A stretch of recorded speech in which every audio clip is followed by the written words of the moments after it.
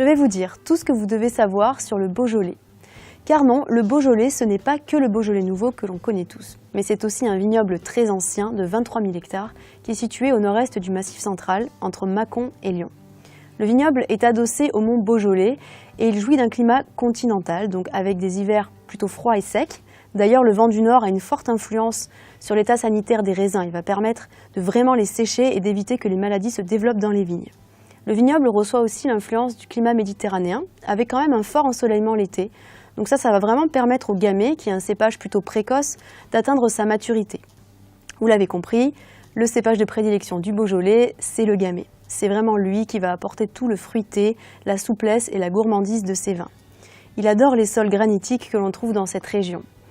On trouve deux appellations régionales, l'AOC Beaujolais et l'AOC Beaujolais Village. À cela, on peut ajouter les 10 crus. Parmi les plus célèbres, vous devez sans doute connaître le Saint-Amour, le Côte de Brouilly, le Juliénas, le Moulin à Vent ou encore le Morgon. La vraie particularité de cette région, c'est sa méthode de vinification. Ici, on utilise énormément la macération carbonique. Pour cela, on va encuver des raisins entiers, d'où la nécessité de vendanger à la main. Il faut vraiment que les baies soient intactes. On va les encuver et on va les priver d'oxygène.